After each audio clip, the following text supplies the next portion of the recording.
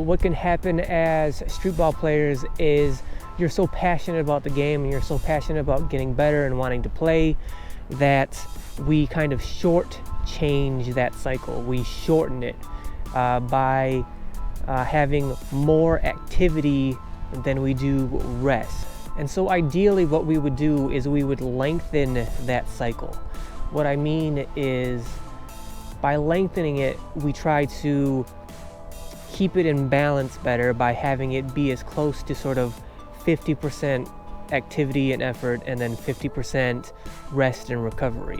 That way we are in balance and we give our bodies enough time to recover from that activity, and then when we perform that activity again, we can do it even better. But if we shorten that cycle where we have activity, activity, activity, activity, and a little bit of rest, that is not providing us with enough recovery time in order to perform that activity again better the next time. So if we have a cycle where it's like 80% activity and then only 20% rest, we're not really providing our bodies with the opportunity to recover and thus improve.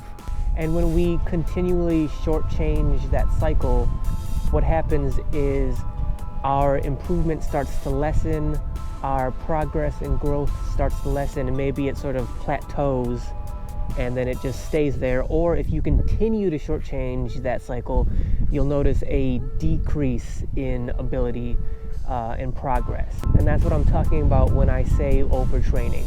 When you reach that plateau or you start to decrease, that's overtraining, and we're no longer improving as much as we can, as fast as we can. Now we are being a detriment to ourselves by pretty much running ourselves into the ground.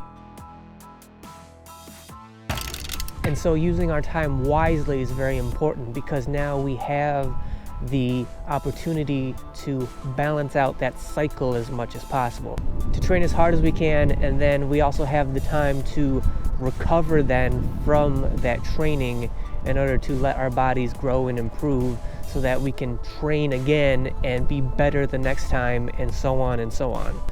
So when it comes to in season, when we are on the court most often, so ideally what you would do in the summer is you would have some kind of cyclical kind of pattern of how you would have structured those activities in order to get better.